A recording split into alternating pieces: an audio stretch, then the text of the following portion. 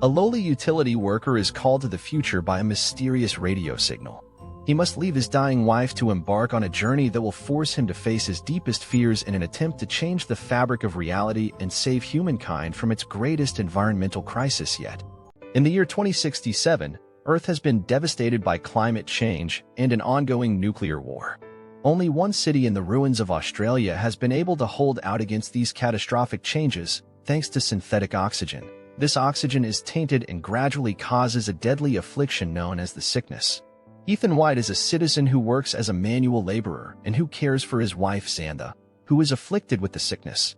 One day, Ethan is called before Regina Jackson, the Chief Technology Officer (CTO) of Chronocorp, a large corporation, who explains that the sickness will eventually wipe out the remainder of humanity. During a test of the Chronicle, a prototype time machine that quantum physicist Richard White, Ethan's late father, had worked on before his death 20 years earlier. The scientists received a radio signal from over 400 years in the future with a message to specifically send Ethan to them. In hopes of preventing the extinction of humankind, Ethan is asked to be sent into the future. He refuses, as he resents his father for abandoning him and his mother, but Xantha and Ethan's guardian and work colleague Jude manage to change his mind. After surviving the traumatic time displacement, Ethan finds himself in a lush rainforest, with a handheld computer named Archie and a wrist device given to him as a child by Richard as his only surviving pieces of equipment. He finds the entrance to a bunker-like structure, and a skeleton wearing his jumpsuit, a decaying Archie, and the wrist device, and with a bullet hole in its skull. Shocked by the discovery of his apparent death in the near future, and sick from eating poisonous berries, Ethan is rescued by Jude, who followed him through time after his life readings, transmitted through the Chronicle, were failing. After sharing their findings, they follow Archie's directions to another, still functional door, which leads to the Chronicle lab. Ethan's wrist device is revealed to be a DNA analyzer specifically made to grant him access to the Chronicle, which sets itself for automatic reactivation in 4 hours. From a holographic recording left by Richard, the duo learns that the Chronicle project originally entailed the reactivation of an atmospheric monitoring station which would ascertain the Earth atmosphere's breathability in the future and then transmit the data back to the past.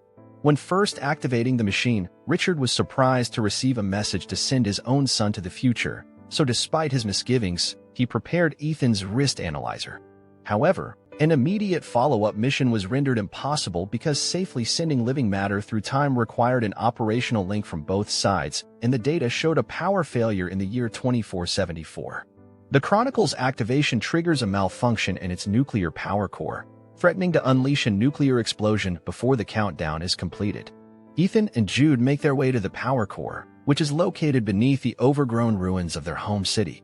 Finding the ruins littered with skeletons, including Xantha's, they conclude that a cure against the sickness was never found.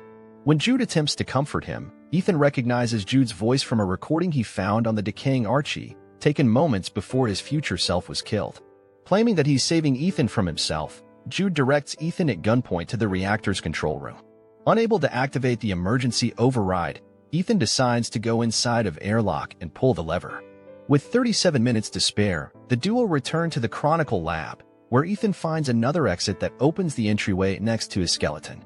Ethan suffers a nervous breakdown and implores Jude to kill him, which Jude refuses to do. Jude then confesses that there was no actual hope of ever changing the future.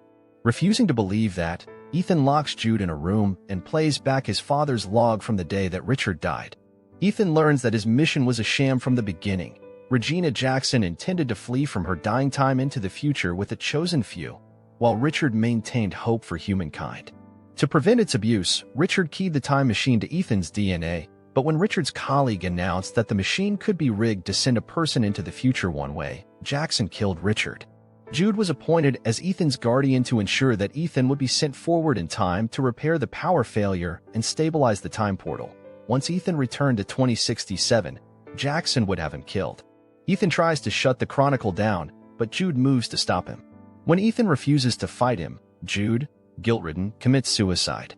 Just before Jackson can put her plans in motion, Ethan sends the "Send Ethan White" message into the past along with a copy of Richard's recorded murder on Archie, hundreds of live jungle plants, and a farewell gift to Xantha. He destroys the Chronicle, which changes the timeline. In the past, Jackson is arrested by the police after Archie transmits the recording to a news station, and the plants are used to revitalize the planet. In the future, Ethan's corpse is gone, and Ethan discovers his formerly ruined city 400 years in the future is advanced with architecture that is more harmonious with the natural environment. However, any future humans do not appear to be shown in the city.